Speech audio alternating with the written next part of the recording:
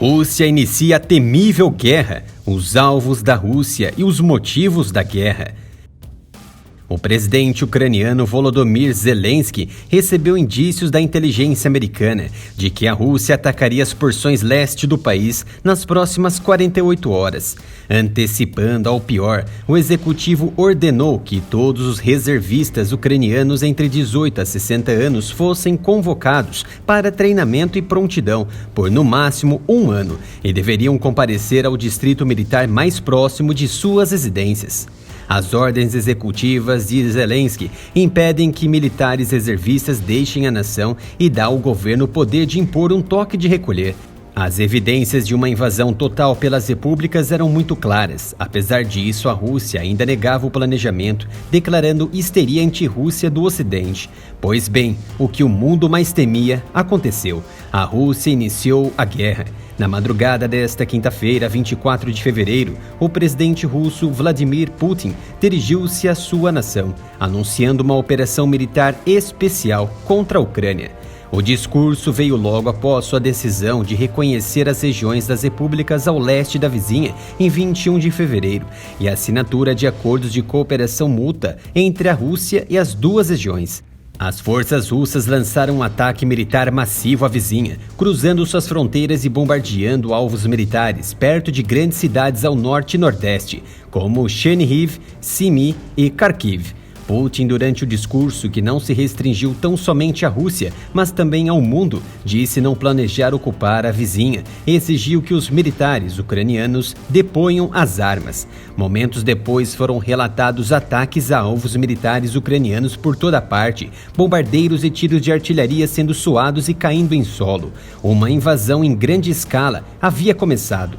Pelo menos, até o desenvolvimento deste vídeo, 10 civis e 40 soldados ucranianos foram aniquilados e outras dezenas seguem hospitalizadas nas principais cidades satélites. O presidente ucraniano Volodymyr anunciou que a lei marcial estava sendo imposta em toda a Ucrânia e, em seguida, cortou todas as relações diplomáticas com a vizinha.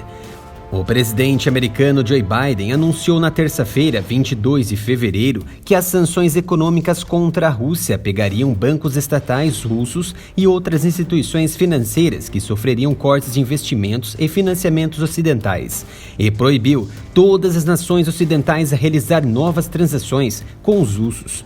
Um dia depois, Putin, falando no Dia do Defensor da Pátria, que marca a primeira convocação em massa para o Exército Vermelho em 1918, felicitou as Forças Armadas por seu profissionalismo e disse ter certeza de que defenderiam os interesses nacionais que são não negociáveis do país.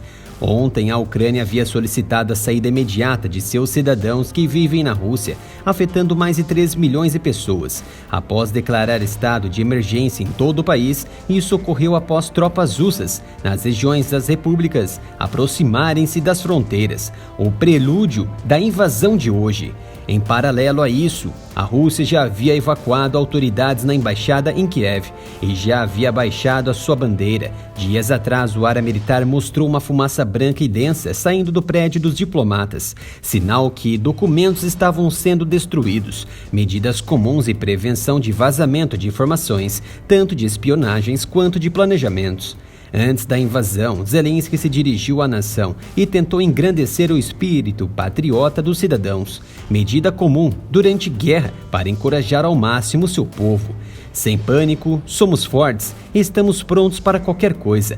Vamos derrotar todos porque somos a Ucrânia, disse Zelensky. Durante os ataques iniciais da Grande Rússia, sirenes e alertas soaram em toda a capital Kiev, que tem uma população de quase 3 milhões de habitantes. Como de costume, o ser humano nunca acredita nos sinais do caos e deixaram para fugir das regiões sob ataque ainda quando eram atacadas. O trânsito fez fila para deixar a cidade durante a noite e as multidões buscaram abrigo nas estações de metrô de Kiev. Vários países vizinhos iniciaram os preparativos para acolher um grande número de indivíduos. Mas o que e quem a Rússia teve e terá como alvo? A Rússia lançou pela primeira vez ataques à infraestrutura militar e às unidades de guarda de fronteira da Ucrânia. Em seguida, as forças ucranianas disseram que veículos militares russos cruzaram a fronteira perto de Kharkiv ao norte, Luhansk no leste, pela península ao sul e Bielo. O presidente da Bielo, Lukashenko, disse que os militares de seu país não estão envolvidos com os ocorridos, mas podem estar, se necessário. A Bielo é uma nação aliada de tempos da Rússia, inclusive Lukashenko e Putin são amigos particulares. Há relatos que ambos realizam caças e festividades juntos. Muitos blindados russos foram vistos mais tarde nos arredores de Kharkiv, uma cidade de 1,4 milhão de pessoas. As forças russas também teriam desembarcado por mar nas principais cidades portuárias da Ucrânia, de Odessa, no Mar Negro, e Mariupol, no Mar Interno de Azov. No último domingo, a Rússia havia finalizado um grande exercício naval com suas frotas do sul sob Mar Negro, mas não havia autorizado a retirada. A Turquia, que faz fronteira com a Ucrânia, e a Rússia no Mar Negro, é contra as sanções americanas em princípio, mas classificou a medida da Rússia sobre o leste e principalmente no Mar Negro como inaceitável. No início deste mês, 6 navios de guerra russos e um submarino transitaram entre Dardanelos e Bósforo no Mar Negro, para o que Moscou chamou de exercícios navais perto das águas da Ucrânia. Sob a Convenção de Montreal de 1936, a Turquia, membro da OTAN, tem controle sobre os estreitos de Bósforo e Dardanelos, ligando os mares Mediterrâneo e Negro. O pacto dá a Ankara o poder de regular o trânsito de navios de guerra e fechar o estreito para navios de guerra estrangeiros durante uma guerra e quando estiver ameaçado. Porém, nada disso foi feito até o momento. Os vídeos que chegam do beligerante são assustadores. Muitas imagens não puderam ser transmitidas neste vídeo, mas algumas de Kramatorsk, Odessa e Kharkov revelam a situação. A leitura situacional por parte de Putin foi realmente sensível e estratégico. As constelações e satélites de navegação e reconhecimento russas, conhecidas como GLONASS, semelhante ao GPS americano, trabalharam incansavelmente nas últimas semanas para marcar os pontos ucranianos a serem destruídos. O exército ucraniano diz que o aeroporto internacional de Boryspil, em Kiev, está entre vários aeródromos que foram bombardeados, juntamente com quartéis generais e armazéns militares nas grandes cidades de Kiev, Dnipro, Kharkiv e Mariupol. O número de militares russos posicionados no leste subiu de 160 mil para 200 mil soldados e milhares de veículos blindados de combate em pouco tempo de deslocamento. E isso se deve à enorme infraestrutura ferroviária de escoamento que a Rússia possui, ligando todas as principais linhas a Moscou. Mas o centro e nordeste ainda são deficitários pelo frio extremo, mas a porção oeste, sul e noroeste são impecáveis.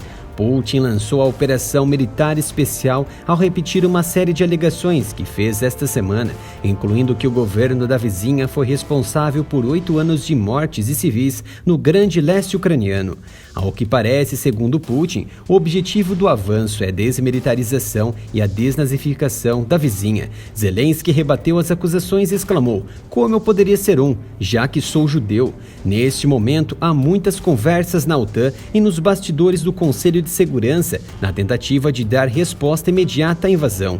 Na República Báltica da Estônia, que faz fronteira com a Rússia, a primeira-ministra Kaja Kallas disse que vários aliados da OTAN que compartilham fronteiras com a Rússia concordaram em iniciar consultas sobre o artigo 4 da OTAN sobre independência ou território está sob ameaça. Segundo Kaja Kallas, a agressão generalizada da Rússia é uma ameaça para o mundo inteiro e para todos os países da OTAN.